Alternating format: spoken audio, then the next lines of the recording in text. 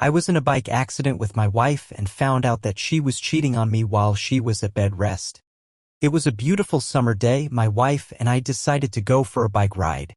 We had been married for 5 years and still felt like newlyweds, madly in love with each other. We were both adrenaline junkies and loved to explore new adventures together. Little did I know this bike ride would change everything. We set out on our bikes, the wind in our hair and the sun on our faces. We rode through the countryside, enjoying the scenic views and the feeling of freedom on the open road. As we approached a sharp turn, I shouted for my wife to slow down, but it was too late.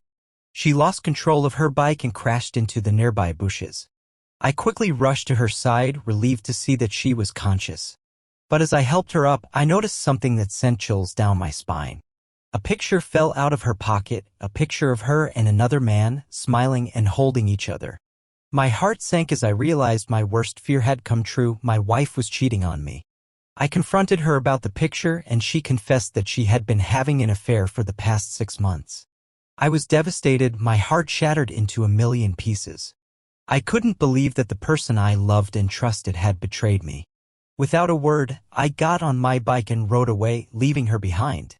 I didn't know where I was going. I just needed to clear my head and process everything that had just happened. As I rode through the winding roads, my mind was in a fog. I couldn't believe that my marriage was falling apart and I had just found out in the most unexpected and traumatic way possible.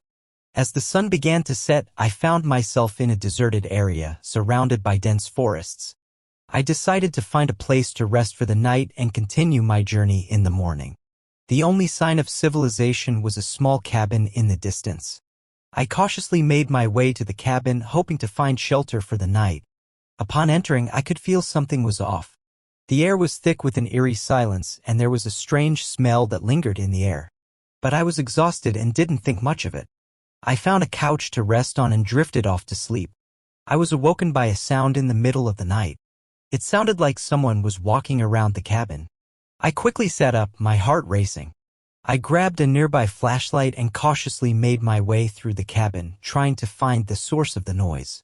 The first room I entered was empty, but as I turned to leave, I saw something that made my blood run cold.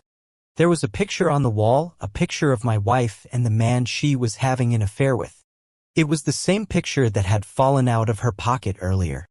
I couldn't believe it. It was like the cabin was taunting me, reminding me of my pain. I continued to search the cabin, and with each room, I found more pictures. Pictures of my wife and the other man in different locations, looking like they were happy and in love. I felt like I was losing my mind, and the cabin was slowly consuming me.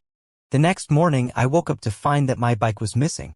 I searched the cabin frantically, hoping it was a cruel joke, but it was nowhere to be found. In a state of panic, I decided to walk back to the nearest town to find help. But as I stepped out of the cabin, I realized I was no longer in the same place I had entered. The dense forests had transformed into a desolate and barren land with no sign of civilization in sight. It was like I had entered another world. I wandered around for hours trying to find my way back, but every path I took led me back to the same cabin. I was starting to lose hope, and the thought of being trapped in this place forever terrified me. As the days went by, I noticed strange things happening in the cabin. The pictures on the wall would change when I turned away, and I could hear voices whispering my name. I was convinced that I was losing my mind and the cabin was alive, trying to torment me. But the worst was yet to come. One night, as I lay in bed, I felt a presence in the room. I turned on my flashlight to find my wife standing at the foot of the bed, her eyes filled with an inhuman darkness. She lunged at me, and I could feel her hands clawing at my throat. But as quickly as she appeared, she disappeared, leaving me gasping for air. I was convinced that the cabin was haunted and was using my wife's image to torment me. But I couldn't explain the pictures or the strange occurrences. I was trapped in a nightmare, and I didn't know how to escape. As weeks turned into months, I continued to fight for my sanity, but the cabin was slowly breaking me down. I could hear my wife's laughter echoing in the halls, and the pictures on the wall were constantly changing, reminding me of her betrayal. One day, I found a hidden door in the cabin that led to a secret room. Inside, I found an old journal written by the previous owner of the cabin. It detailed his descent into madness after discovering his wife's affair.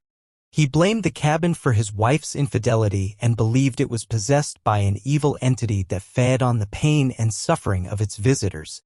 I realized that I was not alone in this nightmare. The cabin had a history of destroying marriages and tormenting those who entered. I knew I had to find a way to break the curse and escape this place before it consumed me completely. With the help of the journal, I discovered a ritual that could banish the evil entity from the cabin. It involved burning the pictures of my wife and her lover and sprinkling salt around the cabin.